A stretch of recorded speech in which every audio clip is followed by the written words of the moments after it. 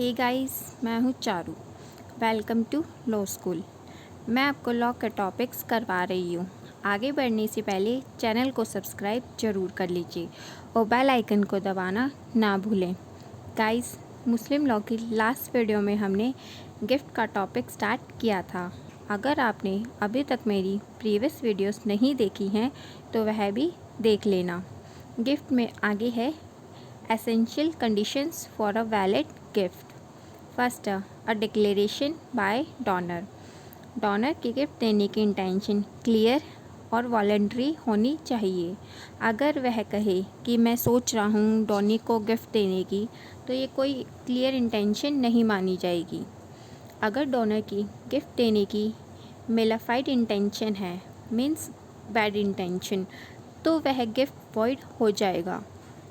For example, अगर donor Downey को कोई ऐसी प्रॉपर्टी गिफ्ट में दे दे जिस पर लोन हो और वह लोन उस प्रॉपर्टी की कीमत से ज़्यादा हो, तो उस केस में डोनर की इंटेंशन मेलाफाइड मानी जाएगी और वह गिफ्ट वॉइड हो जाएगा।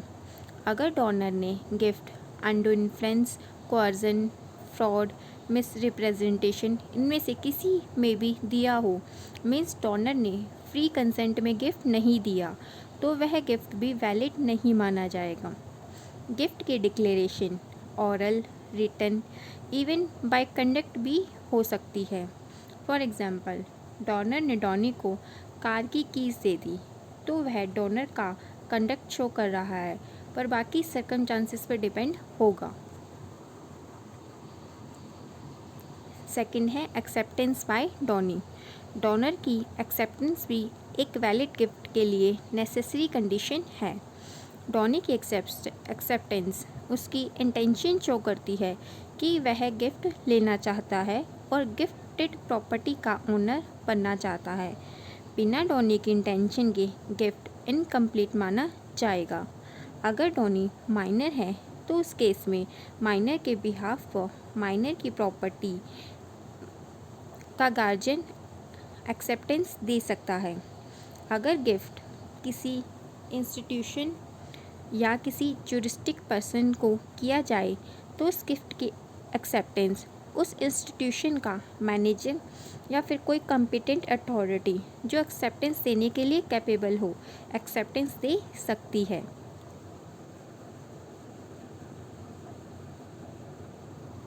थर्ड है delivery of possession. Muslim law में गिफ्ट बिना गिफ्ट का पोजेशन किए कंप्लीट नहीं माना जाता। Declaration and acceptance of gift के साथ साथ डिलीवरी ऑफ पोजेशन भी नेसेसरी कंडीशन है एक वैलिड गिफ्ट के लिए। गिफ्ट डिलीवरी की डेट से इफेक्टेड माना जाएगा, ना कि डिक्लेरेशन या एक्सेप्टेंस की डेट से। गिफ्ट की डिलीवरी ऑफ पोजेशन कैसे होगी, वह पूरी तरह प्रॉपर्टी के नेचर पर डिपेंड होगा, पर बिना डिलीवरी के एक गिफ्ट मुस्लिम लॉ में इनकम्प्लीट होगा। डिलीवरी को हम गिफ्ट की एसेंस भी बोल सकते हैं, पर कुछ ऐसे भी केसेस हैं जिसमें डिलीवरी ऑफ पोजेशन की कोई ज़रूरत नहीं होती।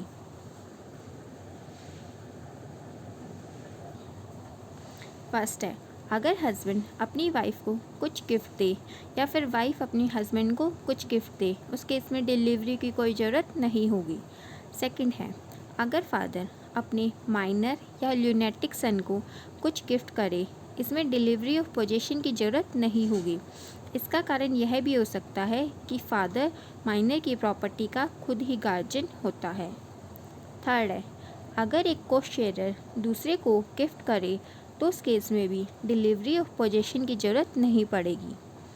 फोर्थ है इनकॉर्पोरियल राइट, मीन्स किसी प्रॉपर्टी में लीगल राइट, इस केस में भी डिलीवरी ऑफ पोजेशन की कोई ज़रूरत नहीं होगी।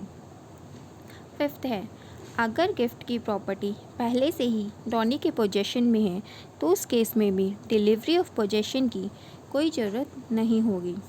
सिक्स्थ है, अगर donor and donee same house में रहते हैं और डोनर अपनी उस प्रॉपर्टी जिसमें कि वह रह रहा है डोनी को गिफ्ट कर देता है, तो उस केस में भी डिलीवरी ऑफ पोजेशन की कोई नीड नहीं होगी। सेवेंथ है, अगर गिफ्ट किसी ज़मींदारी विलेज की प्रॉपर्टी में है जिसमें फ़िज़िकल पोजीशन पॉसिबल नहीं है। सिर्फ म्यूटेशन डेट में चार्ज से ही गिफ्ट को कंप्लीट मान लिया जाएगा।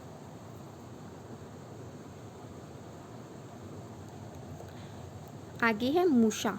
मूशा का मतलब होता है undivided share in a movable और इमूवेबल प्रॉपर्टी। मूशा एक अरेबिक टर्म है जिसका मतलब होता है कन्फ्यूज़न। मुस्लिम लॉ में मूशा का मीनिंग होता है undivided share in a property. Undivided share joint या को ऑन्ड प्रॉपर्टी में होता है। अगर joint owners of a property में से एक ओनर अपना शेयर गिफ्ट कर दे तो यह कन्फ्यूज़न अराइज हो जाएगा कि प्रॉपर्टी का कौन सा पार्ट गिफ्ट में जाएगा।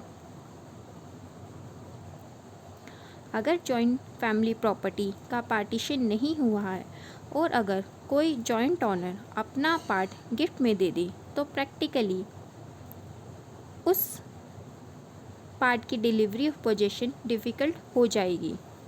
मूशा या अनडिवाइडेड शेयर को हम दो पार्ट्स में डिवाइड कर सकते हैं, मूशा indivisible and Musa divisible.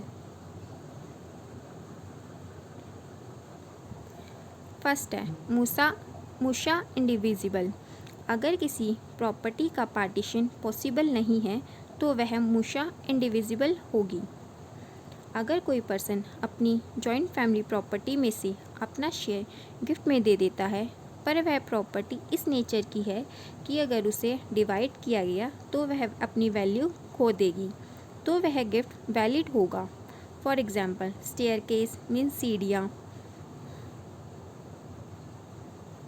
Bathing Ghat, cinema hall etcetera. इस तरह की प्रॉपर्टी इंडिविजिबल प्रॉपर्टी होती है। अगर इन्हें डिवाइड किया जाए तो वह अपनी वैल्यू खो देंगी। मुस्लिम्स के सभी स्कूल्स मूशा इंडिविजिबल प्रॉपर्टी को बिना पार्टीशन के वैलिड मानते हैं। सेकंड है मूशा डिविजिबल। मूशा डिविजिबल वह जॉइंट फैमिली प्रॉपर्टी होती है जिसका डिवीज़न किया जा सकता है और उस डिवीज़न से प्रॉपर्टी की वैल्यू पर भी कोई इफ़ेक्ट नहीं पड़ेगा। अगर गिफ्ट का सब्जेक्ट मैटर ऐसी प्रॉपर्टी है तो वह गिफ्ट वैलिड तभी होगा जब वह specific share of gift separate हो जाए और एक्चुअल में डॉनी को दे दिया जाए। हनाफी लॉ में बिना पार्टीशन के गिफ्ट को इरेगुलर मानते हैं, ना कि वॉइड। पर शिया लॉ में मूशा के इस प्रिंसिपल को रिकग्नाइज नहीं किया। शिया लॉ के अकॉर्डिंग बिना पार्टीशन के भी वह गिफ्ट वैलिड हो जाएगा।